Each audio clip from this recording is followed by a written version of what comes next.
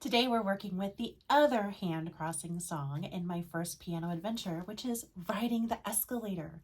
I bet you've ridden an escalator before, and you know it's important to have a smooth ride on an escalator. That kind of smoothness is what we want to bring into this hand crossing song. There's only one dynamic to circle for riding the escalator, and that is forte. This is a loud song. Not so loud that we fall off of our firm fingertips, of course, but it's going to be loud. Now, something to really notice is La-ha plays F and G. Ra-ha plays A and B. La-ha, F and G. Ra-ha, A and B. This pattern continues through the entire song, and it matches our map. We have La-ha on F and G, Ra-ha on A and B.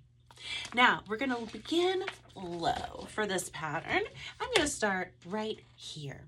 And we're using our peace sign fingers, our 2s and our 3s. But we'll let everyone come out. We don't want to tuck any fingers away. So we're going to have our 2 and our 3 from left hand on F and G. And our 2 and our 3 from right hand on A and B. Here we go. 1, 2, 3, 4. 1, 2, 1, 2, 1, 2, 1, 2, 1, 2, 1,